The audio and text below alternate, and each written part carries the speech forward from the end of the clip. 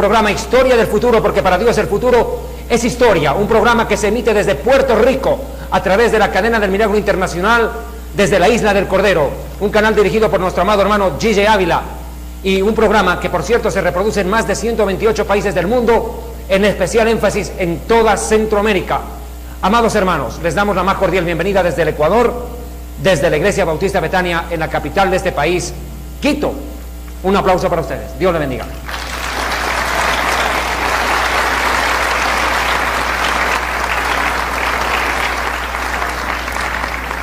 Queremos recordarles que este programa se retransmite en vivo y en directo en este momento a través de dos páginas en internet: www.historiadelfuturo.tv y www.dileunamigo.tv.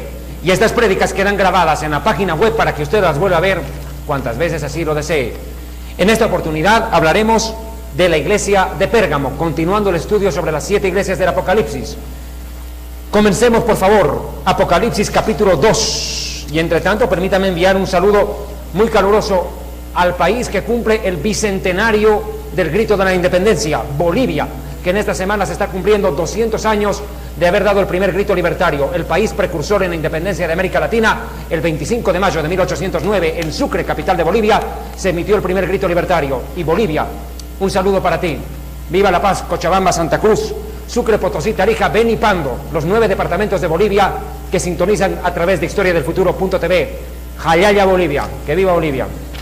Mis paisanitos bolivianos, y si le puedo decir en quechua, Imainaya Casanquichas bolivianos. Que Dios lo bendiga. ¿Quién habla quechua aquí? Aquí en el Ecuador hablan quechua. ¿Sabe usted? Sí, señores. Imainaya Casanquichas y Mata Caipi Ruashanki. ¿Qué están haciendo? Ñoca David Suti, Ñoca Bolivia Manta Cani. Yo soy David, yo soy de Bolivia. Bien, comencemos. Iglesia de Pérgamo. Apocalipsis capítulo 2, versículo 12. Se repite la orden: escribe al ángel. Lo hemos dicho hasta el cansancio ayer. El ángel no es el ser que vuela, también son los pastores o los ancianos que tienen a cargo una iglesia. Ángelus significa mensajero de Dios, y no precisamente el ser celestial que vuela en los cielos con alas. No, señores. Ángel también es el mensajero de Dios, puede ser humano. Escribe al ángel de la iglesia en Pérgamo, al pastor encargado de iglesia en Pérgamo: el que tiene la espada aguda de 2 filos dice esto. Amados hermanos, Pérgamo era una ciudad muy importante en la actual Italia. Allí se inventó el pergamino, uno de los materiales en los que se escribió la Biblia. Hemos visto en los programas de Misterios y Enigmas con Arturo Norero y Yatensi Bonilla que el papiro y el pergamino en esencia fueron los 2 elementos en los cuales se escribió la Biblia, sin cortar las arcillas, ostracas, tablillas de bronce, etc. Pero el pergamino tuvo su origen en la ciudad de Pérgamo, precisamente de allí viene el nombre. Es más, la Biblia certifica que el apóstol Pablo tuvo que pedir que le pasaran pergaminos en los cuales habían escrito algunos rollos que tenían enseñanzas bíblicas. De acuerdo a segunda de Timoteo capítulo 4 versículo 13, Pablo pide lo siguiente a Timoteo: trae cuando vengas el capote que dejé en Troas. Alguien dijo que la segunda profesión de Pablo era ser torero. Mire que pidió el capote. En casa de Carpo, y los libros, mayormente los pergaminos. Vea que utilizaban pergaminos. Pérgamo fue la ciudad donde se inventó el pergamino. Es más, ¿dónde estaba ubicada geográficamente la ciudad de Pérgamo? Fundada por los griegos, era el más importante centro o la más importante ciudad en Misia. Se encontraba a 100 kilómetros al norte de Esmirna o Turquía, Izmir, el actual Izmir en Turquía. Un detalle interesante acerca de esta ciudad de Pérgamo, donde había una iglesia a la cual el Señor le manda una carta o un mensaje a través de Juan en el Apocalipsis, es este: el millonario Filetareo, general de Alejandro Magno o Alejandro el Grande, trasladó su fortuna de 9,000 talentos de oro a la ciudad de Pérgamo. Con esa riqueza, Pérgamo prosperó económicamente. Es más, fundó Filetareo la dinastía Atálida. Pérgamo se convirtió así en una ciudad real. Otro dato interesante: Eumenes II, uno de los atálidas, fundó una biblioteca con más de 20,000 pergaminos. Después de la biblioteca de Alejandría en Egipto, la de Pérgamo era la más importante en la historia. Habían logrado recopilar 20.000 pergaminos. Esta quinta característica de Pérgamo, era una ciudad tremendamente idólatra. Contaba, escuche, con más templos idolátricos que la misma ciudad de Éfeso, de la cual hablamos en el programa anterior. Se adoraba al dios Esculapio, deidad terapéutica, cuyo símbolo era una serpiente. Este símbolo causaba animadversión a los primeros cristianos, rechazo, odio, rechazo total de parte de los cristianos al dios Esculapio y su simbología, una víbora. En la Acrópolis, es decir, en la plaza principal del pueblo, se hallaba el altar en honor a Zeus, el dios griego. Zeus, el altar más grande en honor a Zeus, se encontraba en plena plaza principal de la ciudad de Pérgamo. Otro detalle: Pérgamo fue la primera ciudad en la historia que adoró y mandó a construir un templo para eso, precisamente para adorar a Augusto César, emperador romano. Ahí empezaron a adorar a los césares, construyéndole templos. Otro detalle: se adoraba a Dionisio, el dios de la fertilidad, y para ello se realizaban impresionantes orgías. Tremendas barbaridades ocurrían en esa ciudad, Pérgamo, en honor al dios Dionisio, el dios de la fertilidad. Se adoraba a otra diosa, a Atenea, guardiana de Atenas, patrona de la ciudad, y también adoraban a Asclepio, el dios de la sanidad y de los milagros. Sexta característica de Pérgamo: era una ciudad constituida en semillero del paganismo y de la idolatría. Diseminaba, contaminaba paganismo e idolatría al resto. Era una ciudad que respiraba rebelión contra Dios, idolátrica. Otro detalle: estaba plagada de falsos profetas que procuraron establecer dentro de la misma iglesia jerarquías sacerdotales, tratar de jerarquizar la iglesia en castas, en grupos de poder, en roscas.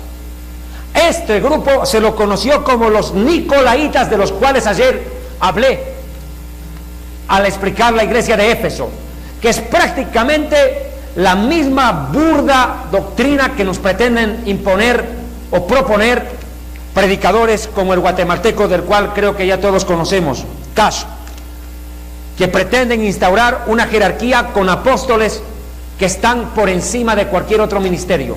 Tremendo, tremendo. Lo mismo hicieron los Nicolaitas. Esto dio lugar a que en el catolicismo también se formaran castas sacerdotales, con un sumo sacerdote, el Papa, por debajo los cardenales, los curas, los clérigos, los arzobispos, obispos, párrocos, curas, monaguillos, toda una jerarquía.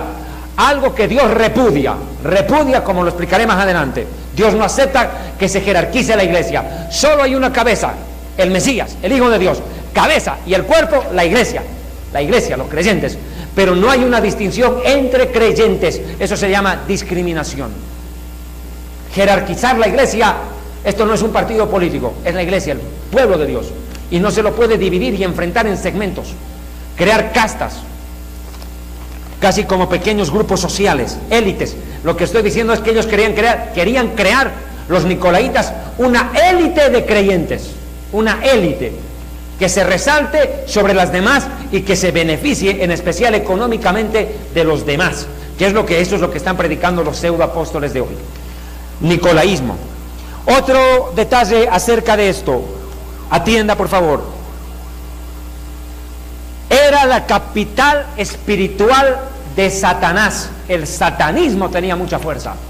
La Biblia, en el mensaje a Pérgamo, veremos que en 2 oportunidades dice que es el lugar donde mora Satanás. Mire usted, espiritualmente Satanás tenía el centro de su reinado en Pérgamo. Es que es lógico, con tanta idolatría el diablo reina. Otro detalle: el Señor fue contundente con la iglesia de Pérgamo. Sin emitir ningún elogio a su favor, el Señor la acusó a la iglesia de Pérgamo de dejarse arrastrar por los Nicolaitas, de los cuales hablé hace un momento y complementaré más adelante, falsos maestros. Y para colmo, adoptaron la doctrina de Balaam, un profeta que en el Antiguo Testamento quiso maldecir a Israel por dinero, y que no solo eso, provocó que el pueblo de Israel cometiera fornicación e idolatría, y para colmo traficó con el don profético, quería cobrar por bendecir y cobrar por maldecir. ¿No les suena familiar a los apóstoles de hoy? A mí sí, y mucho. A los predicadores que por dinero bendicen o maldicen. Tremendo. La doctrina de Balaam tenía mucha aceptación ahí. Otro detalle, vamos a ver acerca de esta iglesia de Pérgamo. Pérgamo era culpable de un pecado terrible ante Dios: buscar agradar al mundo y no a Dios. La iglesia se convirtió en mundana, carnal y pagana. Ese fue el pecado terrible de la iglesia de Pérgamo. Una vez hecho este breve resumen de introducción acerca de Pérgamo, me gustaría que entremos en tema. Verso 12, una vez más, del Apocalipsis 2. Amigos televidentes, este es su programa Historia del Futuro, porque para Dios el futuro es historia. Estamos en la República del Ecuador enseñando acerca de las 7 cartas enviadas a las 7 iglesias del Apocalipsis, que representan los 7 tipos de creyentes que hay en una iglesia y las 7 etapas que la iglesia vive desde Pentecostés hasta el arrebatamiento. Verso 12. Escribí al ángel de la iglesia en Pérgamo: el que tiene la espada aguda de 2 filos dice esto. La espada aguda de 2 filos, ¿qué era? Vayamos a su historia. En Tracia elaboraron o fabricaron, inventaron, creo que es el término más correcto, inventaron una tijera gigante para la guerra. Era una espada, pero como una tijera, que tenía 2 filos. Esta tijera representa en la Biblia la palabra de Dios. Deje marcado por favor Apocalipsis y vámonos a Hebreos capítulo 4 versículos 12 y 13. Hebreos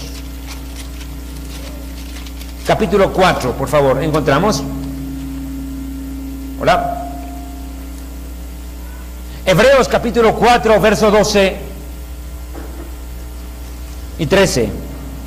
Porque la palabra de Dios es viva y eficaz. Mire lo que dice acá: y más cortante que toda espada de 2 filos. ¿Por qué era la Biblia o la Escritura, por qué es comparada a una espada de 2 filos? Aquí está la respuesta: porque penetra hasta partir el alma y el espíritu. Hace una cirugía ahí dentro. Eso es como un bisturí. Parte el alma, el espíritu, las coyunturas y los tuétanos, y discierne los pensamientos y las intenciones del corazón. Y no hay cosa creada que no sea manifiesta ante su presencia, en su presencia. Antes bien, todas las cosas están desnudas y abiertas a los ojos de aquel ante que tenemos que dar cuenta. La espada de 2 filos cataloga en la Biblia a la palabra penetrante de Dios, que llega hasta lo más profundo del ser humano y que discierne lo más íntimo de la persona. Esa es la espada de 2 filos, penetra. Por eso muchas veces los mensajes bíblicos son rechazados. Los verdaderos siervos de Dios no tienen mucha aceptación, al menos en los liderazgos de las iglesias. Los verdaderos siervos de Dios se ganan la enemistad de sus consiervos, no por predicar la verdad, no por predicar la mentira, sino por precisamente predicar la verdad. Porque predican una palabra que es como una espada de 2 filos que desenmascara a los falsos predicadores y a los falsos hermanos. Es una palabra y desenmascara nuestro propio corazón cuando no estamos rectos. La palabra de Dios es eso, una espada de 2 filos. Juzga. Muchas veces uno, como predicador, y yo lo paso muy a común esto, la gente me dice a mí: ¿usted quién es para juzgar a los predicadores que hablan de la prosperidad? Usted no es quien para juzgar. Es que yo no lo juzgo. Cuando yo predico, la misma Biblia lo juzga. Es la misma palabra la que juzga, porque la palabra imparte justicia, imparte la verdad. La palabra es la que golpea a la persona, no es el predicador. Es la palabra la que golpea. Muchas veces la gente se molesta, se ofende, piensa que se le está juzgando. No, no se le está juzgando, se le está predicando. Otra cosa es que al estar en pecado la palabra lo acuse y lo confronte. El mismo Jesús dijo: no piensen que yo vine a juzgarlos, son mis palabras las que los juzgarán, dice. Terrible. La palabra juzga. Ante la palabra de Dios no hay quien pueda hacerse loco. Por eso dice que será prosperada para todo lo que yo le envíe. La palabra de Dios nunca vuelve vacía, produce efecto. A muchos los reconforta, a muchos los confronta y a muchos los destruye. Los destruye porque se aferran a la maldad y la palabra les cae con un machetazo. Ahora vea, cuando habla de una espada de dos filos, involucra también juicio de Dios. Mire el mismo mensaje que continúa a esta iglesia en Pérgamo en el verso 16. Por tanto arrepiéntete, porque si no, vendré a ti pronto y pelearé contra ellos con la espada de mi boca. Mire usted, la palabra es una espada, y la espada no es para hacer cosquillas. La espada decapita, mata. Mata. ¿Qué hizo Elías? Agarró su espada y empezó a decapitar a los falsos profetas de Baal. Los decapitó. ¿Qué hizo el rey David? Decapitó a Goliat, le arrancó la cabeza. Y cuando un mensaje, escuche bien, cuando un mensaje sale por el poder del Espíritu Santo a través de un predicador, quien quiera que sea, pero que es un sano predicador, usado por el poder del Espíritu Santo, un mensaje ungido por el poder del Espíritu Santo, hermano, tenga por hecho que a mucho chueco lo va a descabezar. Lo descabeza. Dios lucha con la palabra de su boca, con la espada de su boca, lucha contra los falsos profetas. Eso fue en la antigüedad y eso sigue siendo hoy. Sigue pasando. La palabra se encarga de decapitar a quienes viven aferrados a la maldad. Versículo 13, por favor. Dice esto: yo conozco tus obras.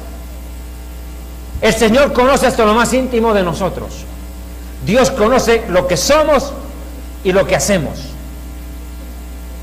Dios lo sabe. Dios no nos ama por lo que hacemos, porque nada de lo que hagamos es suficiente para ganarnos la salvación. Nadie se salva por propio mérito, no, Señor. Dios no nos ama por lo que somos, porque somos pecadores, malvados.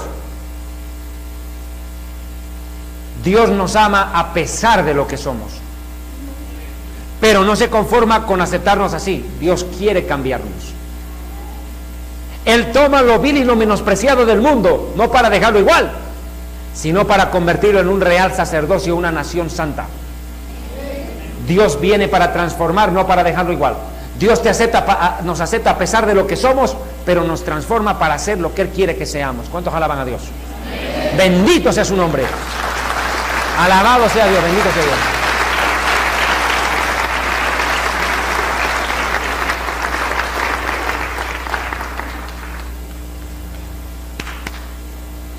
Hijo, pastor, ¿dónde está? Ya, ok, continuamos. Dice el versículo: yo conozco tus obras y dónde moras. Aquí no está hablando netamente de un lugar de residencia, no. Hay algo más que le está diciendo la Biblia a la iglesia de Pérgamo. ¿Dónde moras? Yo sé dónde estás viviendo, sé que estás ubicado en medio de lobos, dice. Sé que tú tienes una congregación en un lugar donde tal vez nadie quisiera tenerlo. ¿Por qué? Mire lo que dice: donde está el mismísimo trono de Satanás. El mismísimo trono del Dios de este mundo, el cual, dice la Biblia en 2 de Corintios 4:4, cegó el entendimiento de los incrédulos para que no les resplandezca la luz del Evangelio, la cual es la imagen de Dios. Cegó el entendimiento. El diablo tiene un trono y desde ese trono reina sobre las naciones, porque la misma Biblia dice en 1 de Juan que el mundo entero está bajo el maligno. Bajo el maligno. Dígame, ¿aquí qué campea en el mundo? ¿El amor o la maldad? La maldad campea. La maldad campea en el mundo. Señal clara que quien gobierna aquí en el mundo, en base al pecado de la humanidad, es el mismo diablo. Es cierto que Dios es Rey de Reyes y Señor de Señores, que Dios lo controla todo soberanamente, pero el pecado del hombre puso al mundo en las manos del diablo. Y el trono del diablo estaba espiritualmente ubicado en Pérgamo. Ahora, ¿qué ocurrió? Cuando se habla del trono de Satanás, ¿cómo cree usted que el diablo va a gobernar? ¿Con justicia? ¿Con misericordia? ¿Con bondad y verdad? Obviamente que no. Pérgamo, como vimos en los primeros minutos de este mensaje, era una ciudad corrompida e idolátrica. La justicia era una utopía. La misericordia, la comprensión, la compasión, el amor al prójimo, el compañerismo entre sus habitantes era una cosa irreal. Injusticia total. El trono del diablo estaba ahí mismo, lleno de inmoralidad, y donde el diablo reina, el pecado devasta,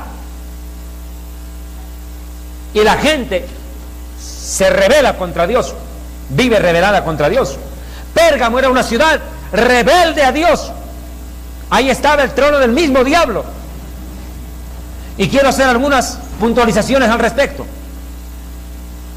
Los promotores de la magia babilónica fueron expulsados de Babilonia, y sus líderes, mire dónde se fueron a refugiar: a Pérgamo. Y en el año 133 a.C., el rey Atalo III de Pérgamo asumió el nombre de, escuche, el constructor de puentes, al que también se le llamaba sumo pontífice. ¿Qué creían estos sacerdotes babilónicos que habían sido expulsados de Babilonia y fueron a parar a Pérgamo, en Italia? Qué curioso, Babilonia es Irak, la cuna de las religiones falsas, y Pérgamo es Italia, curiosamente cerca a Roma. Y mire qué pasó, y tomaron para sí el título de sumo pontífice o constructores de puentes. Eran sacerdotes paganos que se creían el puente entre los humanos y los dioses. Centro satánico. Practicaban y diseminaban la magia por toda la región. Pérgamo era una ciudad que diseminaba la magia en el mundo. La brujería, la hechicería, la idolatría y la inmoralidad gobernaban Pérgamo, y Pérgamo contaminaba al resto. Cuando la Biblia dice claramente que no se consulte brujos, astrólogos, magos, sortílegos, encantadores, ni cosas así. Este pueblo era entregado por completo a la idolatría, un pueblo devastado por su propia inmoralidad, por su propia maldad.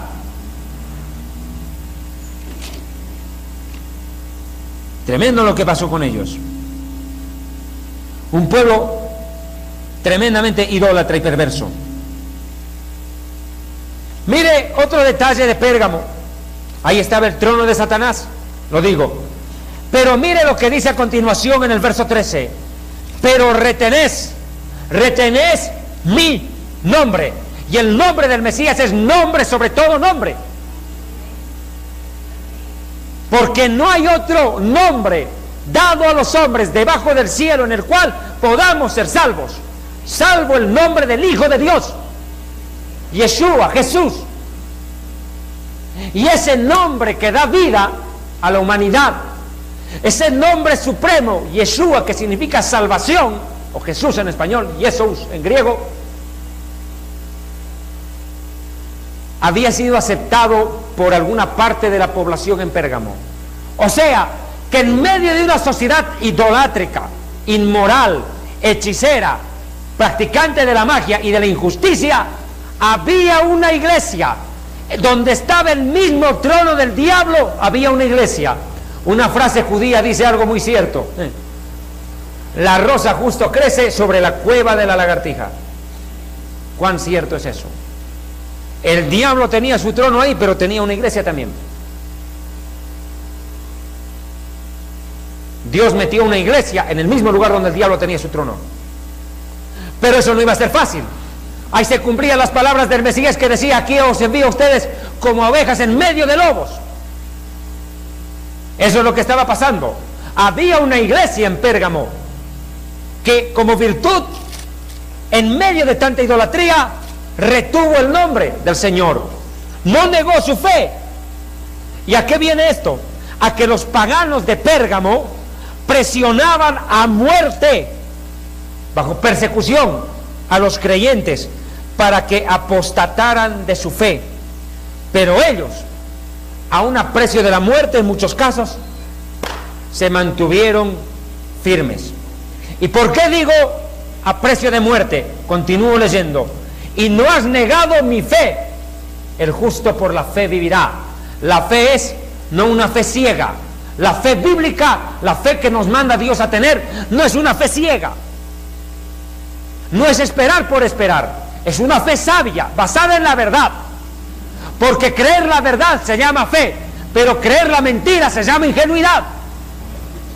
Y el justo vivirá por la fe, no por la ingenuidad. Y la fe es algo que transforma. Lo que creemos nos transforma espíritu, alma y cuerpo, de adentro para afuera. La fe transforma, más que el intelecto, más que el raciocinio, más que el ser transformado por la percepción a través de los 5 sentidos. Somos transformados por la fe. Una fe capaz no solo de creer con la razón, sino de cambiar las cosas, porque la fe hace lo imposible realidad. Sí, señores, porque sin fe es imposible agradar a Dios. Si tiene fe, como un grano de mostaza, digo, la fe es un motor, es algo más fuerte que una dinamita o una bomba atómica. La fe es más poderosa que una bomba atómica. La fe viaja más lejos que un misil. Usted puede lanzar un misil de continente a continente, pero la fe eleva una oración que llega hasta el mismo trono de Dios y es acepta. ¿Cuántos alaban a Dios? Es un motor. No negaron la fe. No negaron la fe. Ellos no creyeron la magia, no creyeron la idolatría, no creyeron la brujería, no creyeron el satanismo imperante. Ellos creyeron en el Hijo de Dios. Pero les costó la muerte en muchos casos. Mire, pero tengo que retienes mi nombre y no has negado mi fe, ni aún en los días en que Antipas, en honor a la verdad de Antipas poco se sabe, solo que era el nombre de un mártir. Pero la Biblia no vuelve a mencionar este nombre, Antipas, mi testigo fiel, que fue muerto entre ustedes, donde mora Satanás. Lo vuelve a decir. La iglesia en sus albores, en sus inicios, y no me gusta hablar a mí del término teológico que se maneja comúnmente, la iglesia primitiva, cualquiera piensa que eran unos bungabungas que vivían en cavernas, cavernícolas, primitivos, casi el hombre de Neandertal o el hombre de Java, el Anthropithecantropus. Término primitiva como que a mí no me agrada. La iglesia, cuando surgió en sus inicios, en sus albores, era una iglesia perseguida, una iglesia que demostraba santidad. No eran predicadores que busquen tener mega iglesias, eran predicadores que lo único que buscaban era vivir lo que creían y transmitir su fe, no mediante sus palabras solamente, sino mediante una vida transparente. Ser realmente la luz del mundo, la sal de la tierra. Y les costó la muerte, la persecución en muchos casos. Desde Esteban, el primer mártir de la iglesia, aquí Antipas también padece la muerte en la ciudad de Pérgamo, donde mora Satanás. El diablo reinaba ahí. Obviamente tenía que haber una opresión terrible contra la iglesia. Pero ¿acaso estamos lejos de lo que vivimos hoy? Obviamente que no. Obviamente que no. De una u otra manera, acá yo quiero resaltar esto. Dígame si no estamos viviendo de una u otra manera la misma situación. El diablo gobierna este mundo, el diablo oprime. La gente que no teme a Dios, que no ama a Dios, que no ha nacido de nuevo, por religiosa que se crea, persigue, se burla y discrimina al verdadero cristiano, al verdadero hijo de Dios. Se burla, hay opresión. ¿Cuánta gente ha perdido el puesto de trabajo por su fe? ¿Cuántas veces yo me he topado con situaciones en las cuales me he encontrado con amigos cristianos, abogados, que han entrado a trabajar en la corte o en un palacio de justicia y todos corruptos a su alrededor, y el juez cristiano se negó a recibir la corrupción, la coima o el empleado y a la calle? En un mundo dominado por el diablo, nosotros tenemos que ser fieles como Antipas, si es necesario hasta la muerte. Estamos llamados a eso. Nosotros no podemos jugar. Nuestra vida está en juego, pero sobre todo el nombre del Hijo de Dios. Porque cuando nosotros metemos la pata, quien queda mal no somos nosotros, queda mal Él. Como dice la Escritura, por culpa de ustedes el nombre de Dios es blasfemado, dice, entre los paganos. Imagínense, el nombre de Dios es blasfemado. Vivimos en un mundo cada vez inmoral, cada vez más perverso. Estamos viviendo como en los días de Lot y como en los días de Noé. La maldad en el mundo se incrementó, el amor de muchos se está enfriando, y lo peor de todo es que se enfría del amor de la misma iglesia por Dios, porque Dios espera que lo ame su hijo, no el ateo. Pues cuando dice la Biblia, y el amor de muchos se enfriará a causa de verse multiplicado la maldad, habla de la maldad de la misma iglesia y el amor del mismo creyente que se disminuye. Tremendo. Ya ahora mira lo que dice: pero, aquí viene el pero. ¿Cuál es el pero? Tengo unas pocas cosas contra ti. La pregunta es aquí: ¿qué tiene Dios contra ti y qué tiene Dios contra mí? Y aquí es donde nosotros nos las jugamos todas. La pregunta es, y no lo hacemos muy a menudo, y debiéramos hacerlas: Señor, ¿qué tienes contra mí? Contra mí. ¿Qué tiene Dios contra ti esta noche? ¿Qué tiene Dios contra ti? Contra mí. ¿Qué tiene Dios contra la iglesia Betania? ¿Qué tiene Dios contra la iglesia fulana de tal, mengano, perengana? Para no dar nombres y después nos estén quejando.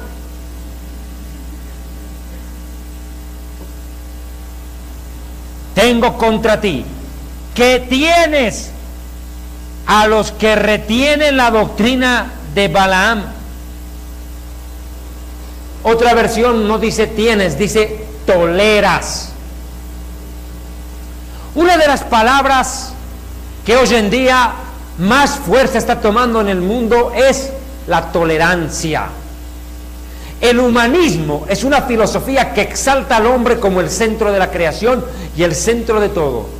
No necesitas creer en Dios, tienes que creer en el hombre. En ti está tu propio potencial. Cree que dentro de ti está el potencial para llegar a ser rico, exitoso y millonario, próspero. En ti está el potencial para conquistar el mundo. Eso dice el humanismo. Lo más terrible, que no lo dicen los filósofos, lo están diciendo muchos predicadores en las iglesias. Puro humanismo, filosofía.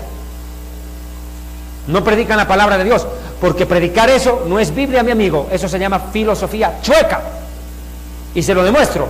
La palabra dice en Colosenses 2, verso 8. Deténgase ahí, por favor, y vamos a Colosenses 2:8. Cuando le digo deténgase, le digo deje marcado, por favor.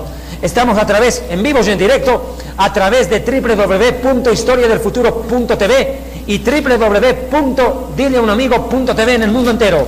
Y mandamos un saludo a nuestros hermanos en Guatemala, donde prontito estaremos por allá. Guatemala, qué paisito más lindo. Ahí vamos a estar por Guatemala. Estaremos en Petén, Guatemala capital, y Quetzaltenango y Escuintla. 4 ciudades estaremos visitando en Guatemala muy prontito. Estén atentos.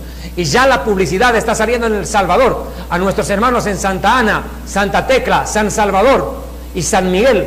4 ciudades del país salvadoreño. Les mandamos un enorme saludo. Prontito estaremos con ustedes. Ya la publicidad y los programas están siendo retransmitidos allá en Salvador, en El Salvador.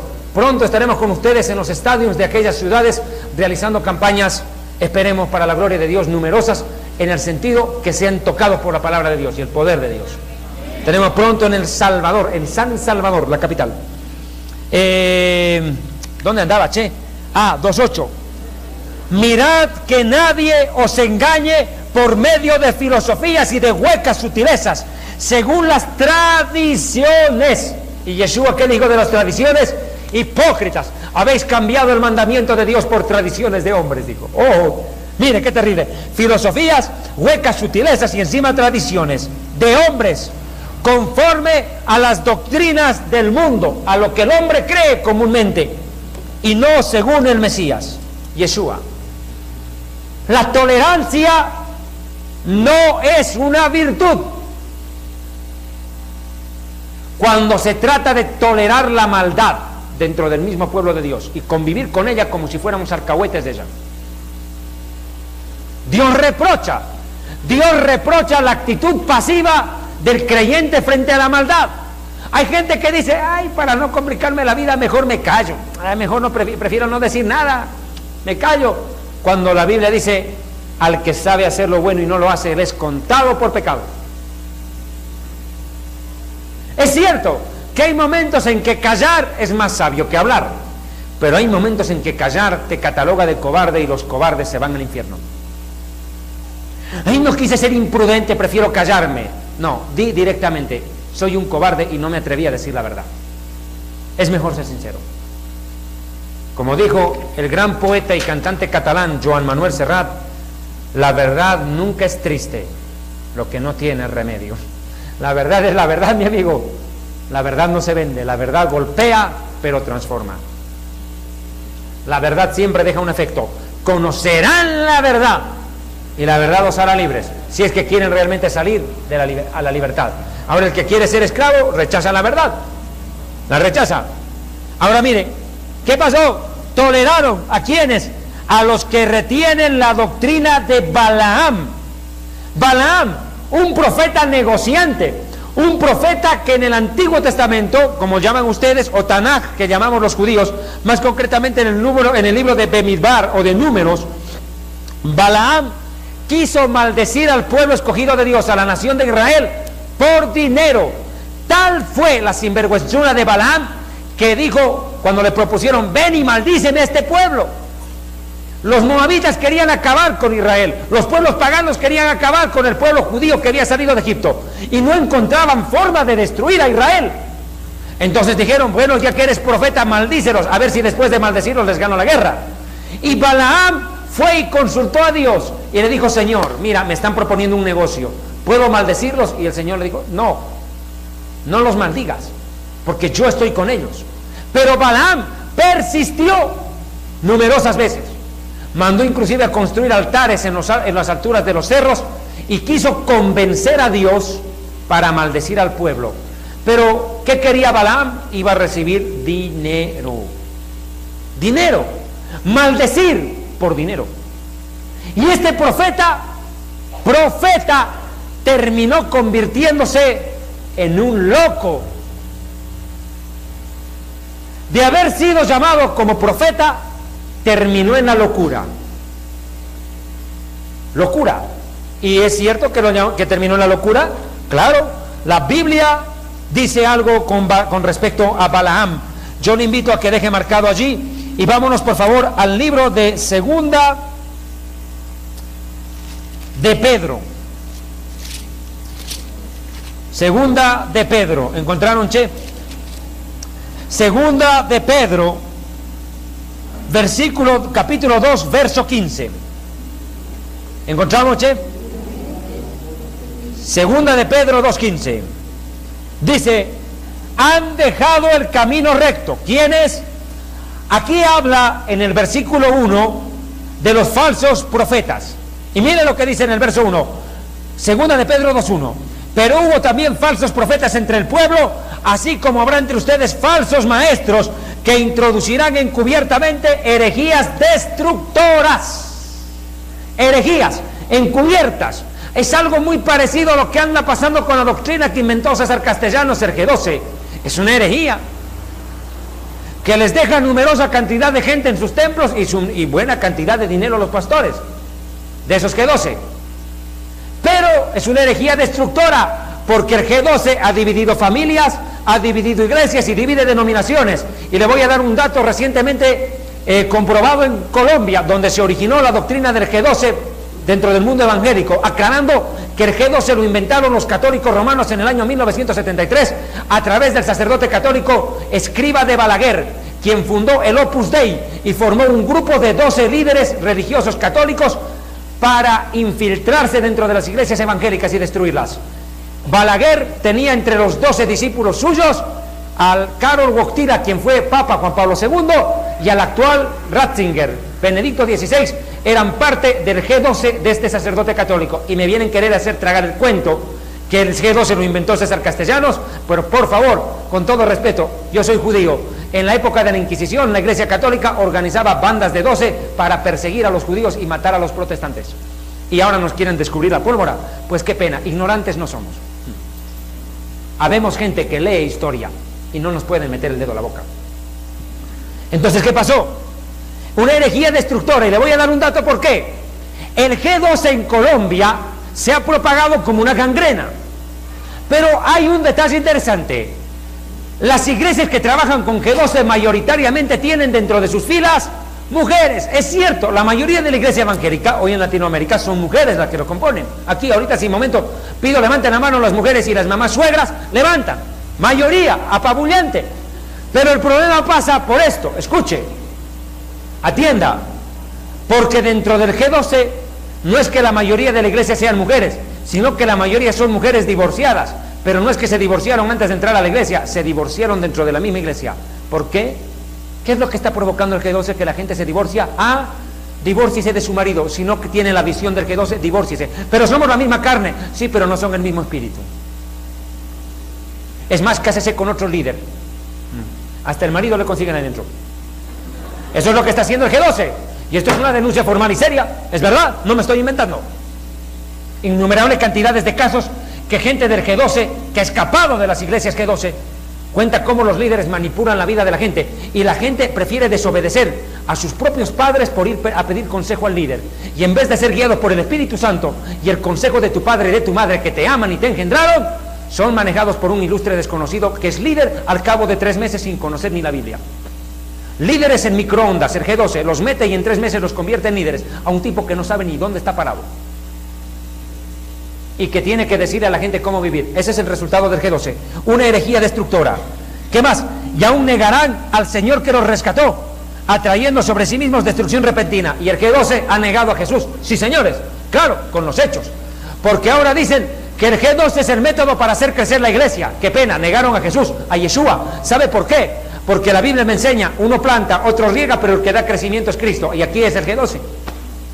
Negaron. O sea que el que hace crecer la iglesia ya no es el Espíritu Santo, sino el talento de un mercado multinivel o mercadotecnia o puro publicidad que hace crecer la iglesia.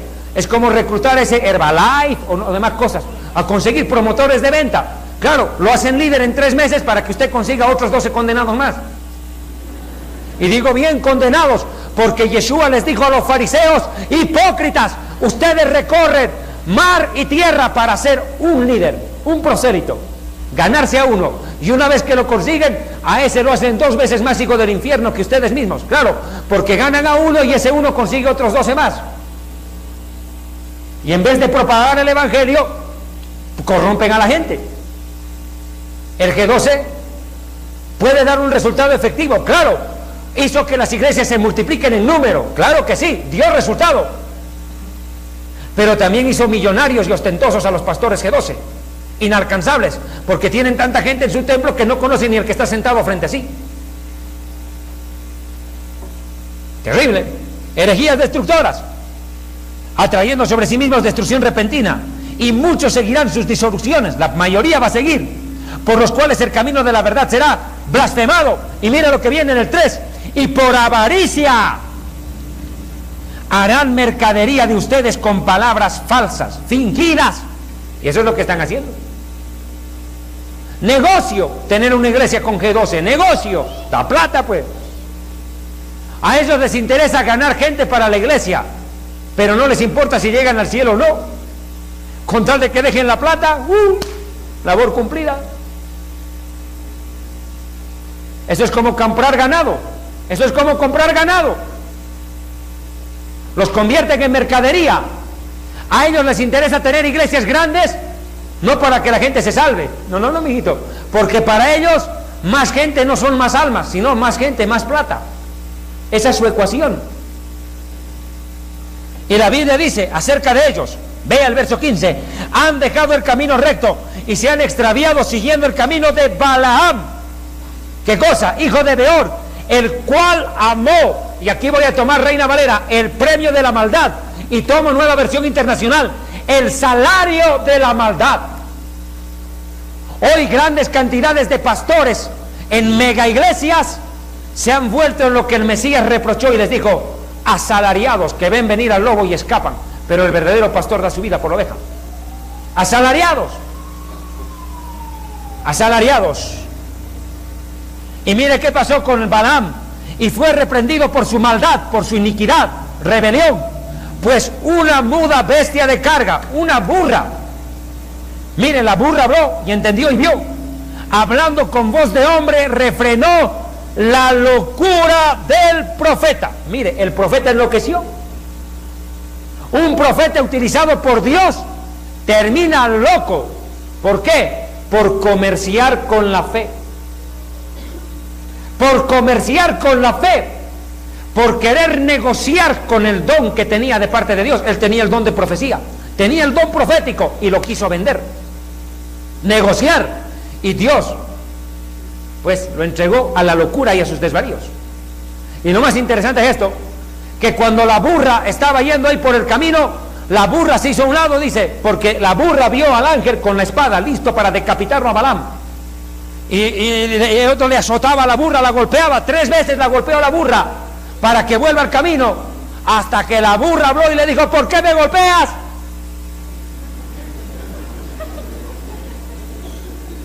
Y todavía él se pone a discutir con la burra y le dice: ¿por qué no vuelves al camino? ¿No te das cuenta? Le dice que el ángel de Dios está ahí. Inclusive agarró a la burra y se arrodilló, dice que se postró la burra. Vea usted, hoy en día es lo mismo que está pasando con muchos líderes de iglesias. Están igual que Balaam. Puede estar Dios parado frente a ellos y no lo pueden ver porque están ciegos, pero un impío sí se da cuenta.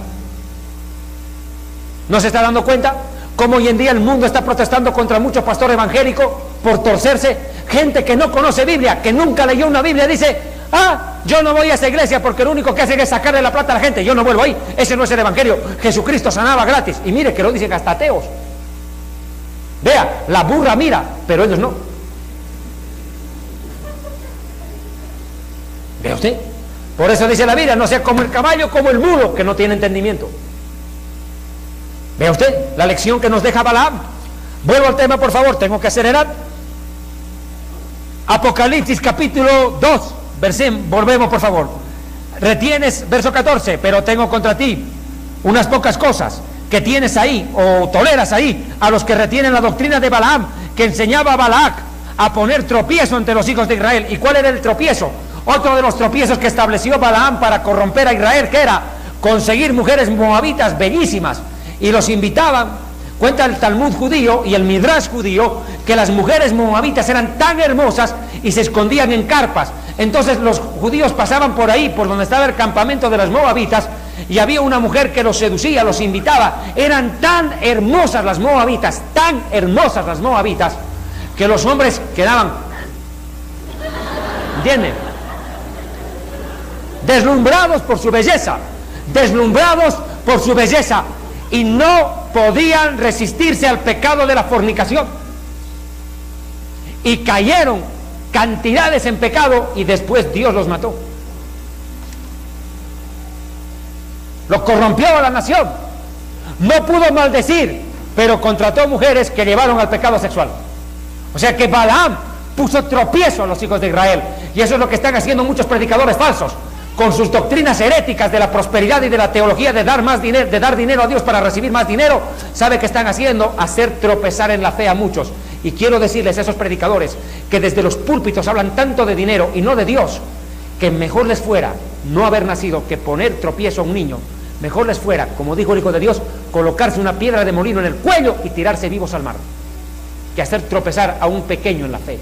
Y los están haciendo tropezar. Nos están haciendo tropezar. Y aquí nos hicieron tropezar a los israelitas. Y ahora mire lo que dice: y a comer cosas sacrificadas a los ídolos. A comer cosas sacrificadas en honor a ídolos. Y usted le va a decir, hermano, pero eso es en el Antiguo Testamento, eso ya no hay. Ah, no, no hay. Ah, no, no hay. ¿Acaso le parece poco ir a algunas iglesias donde le dicen, si has cometido pecado no importa, Dios es amor, sigue adelante? Te has ido a farrear el otro día, a tomar tus tragos, a emborracharte, no importa, Dios es amor, mañana te arrepientes. A comer cosas sacrificadas a su ídolo, al dios Baco, al dios del trago, de la borrachera. Y si ese no es tu ídolo, tal vez, ¿cuál es tu ídolo? ¿En honor a qué ídolo tú haces eso? ¿Qué cosa sacrificada tu ídolo comes? La Biblia dice que lo que los gentiles sacrifican, a los demonios los sacrifican y no a Dios. Hay gente que es tan débil que viene aquí a la iglesia hace 4 o 5 años, pero es cumpleaños de un amigo o de un hermano o de tu papá inconverso y terminan en la full borrachera. ¿Dónde quedó? Hasta ahí llegó tu amor a Dios. Y también retienes a los que retienen la doctrina de los nicolaitas, la cual yo aborrezco. Retienes, toleras a los nicolaitas, a los cuales yo también aborrezco. Mire lo que dice: por tanto, arrepentite, pues si no, vendré pronto a ti, pelearé contra ti con la espada de mi boca. Y permítame aclarar esto: los nicolaitas eran una secta terrible. Amados hermanos, yo enseguida, en el siguiente mensaje acá en Ecuador y en el siguiente programa con ustedes, amigos televidentes, de Historia del Futuro, desarrollaré la segunda parte de la iglesia de Pérgamo. El tiempo lamentablemente no nos alcanzó, pero en el siguiente programa, la segunda parte de la iglesia de Pérgamo, y estaremos hablando, Dios mediante, en resumen, de lo que tiene que ver el mensaje para la iglesia de Esmirna. Este ha sido su programa Historia del Futuro, porque para Dios el futuro es historia, desde Puerto Rico, que se difunde esta señal en un programa que se firma y se realiza en la República del Ecuador, en la Iglesia Bautista Betania de Quito, capital de este país. Muchas gracias. Alejem Shalom, paz a ustedes. Muchas gracias.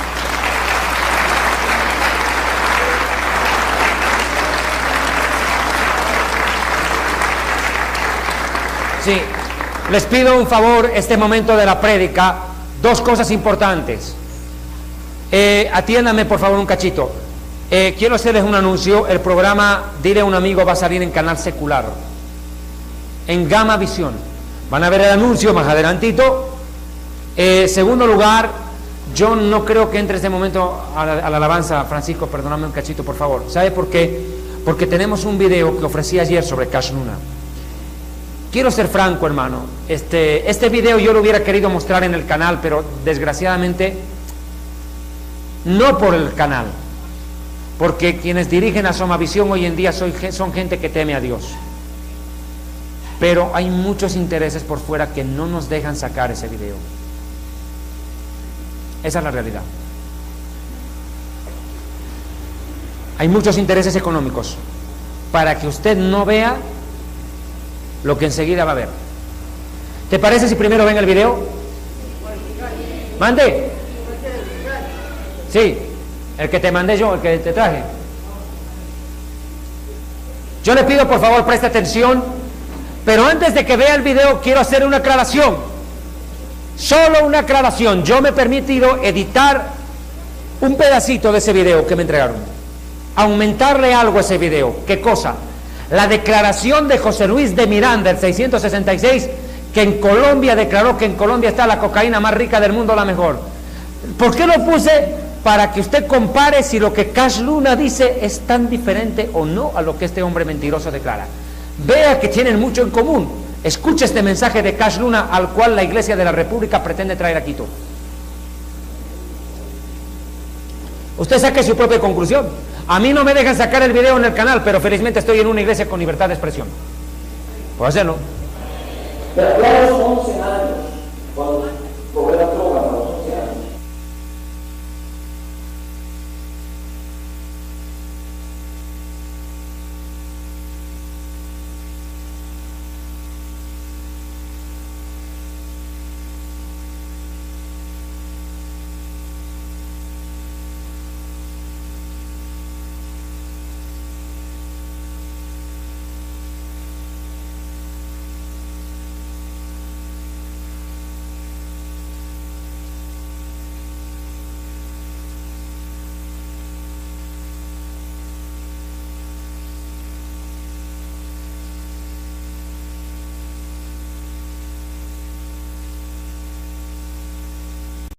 2. Y entre tanto, permítame enviar un saludo muy caluroso al país que cumple el bicentenario del grito de la independencia, Bolivia, que en esta semana se está cumpliendo 200 años de haber dado el primer grito libertario. El país precursor en la independencia de América Latina, el 25 de mayo de 1809, en Sucre, capital de Bolivia, se emitió el primer grito libertario. Y Bolivia, un saludo para ti. Viva La Paz, Cochabamba, Santa Cruz, Sucre, Potosí, Tarija, Beni y Pando, los 9 departamentos de Bolivia que sintonizan a través de historiadelfuturo.tv. Jayaya Bolivia, que viva Bolivia. Mis paisanitos bolivianos, y si le puedo decir en quechua, Imainaya Casanquichas bolivianos. Que Dios lo bendiga. ¿Quién habla quechua aquí? Aquí en el Ecuador hablan quechua. ¿Sabe usted? Sí, señores. Imainaya Casanquichas y Mata Caipi Ruashanki. ¿Qué están haciendo? Ñoca David Suti. Ñoca Bolivia Manda Cani. Yo soy David, yo soy de Bolivia. Bien, comencemos. Iglesia de Pérgamo. Apocalipsis capítulo 2, versículo 12. Se repite la orden. Alejandro Magno o Alejandro el Grande trasladó su fortuna de 9,000 talentos de oro a la ciudad de Pérgamo. Con esa riqueza, Pérgamo prosperó económicamente. Es más, fundó Filetareo la dinastía atálida. Pérgamo se convirtió así en una ciudad real. Otro dato interesante: Eumenes II, uno de los atálidas, fundó una biblioteca con más de 20,000 pergaminos. Después de la biblioteca de Alejandría en Egipto, la de Pérgamo era la más importante en la historia. Habían logrado recopilar 20,000 pergaminos. Esta quinta característica de Pérgamo, era una ciudad tremendamente idólatra. Contaba, escuche, con más templos idolátricos que la misma ciudad de Éfeso, de la cual hablamos en el programa anterior. Se adoraba al dios Esculapio, deidad terapéutica, cuyo símbolo era el programa Historia del Futuro, porque para Dios el futuro es historia, un programa que se emite desde Puerto Rico a través de la cadena del Milagro Internacional, desde la Isla del Cordero, un canal dirigido por nuestro amado hermano Gille Ávila, y un programa que, por cierto, se reproduce en más de 128 países del mundo, en especial énfasis en toda Centroamérica. Amados hermanos, les damos la más cordial bienvenida desde el Ecuador, desde la Iglesia Bautista Betania, en la capital de este país, Quito. Un aplauso para ustedes. Dios les bendiga.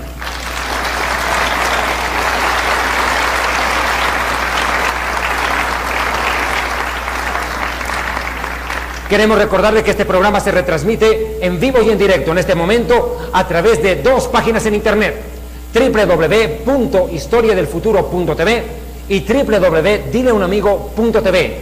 Y estas prédicas quedan grabadas en la página web para que usted las vuelva a ver cuantas veces así lo desee.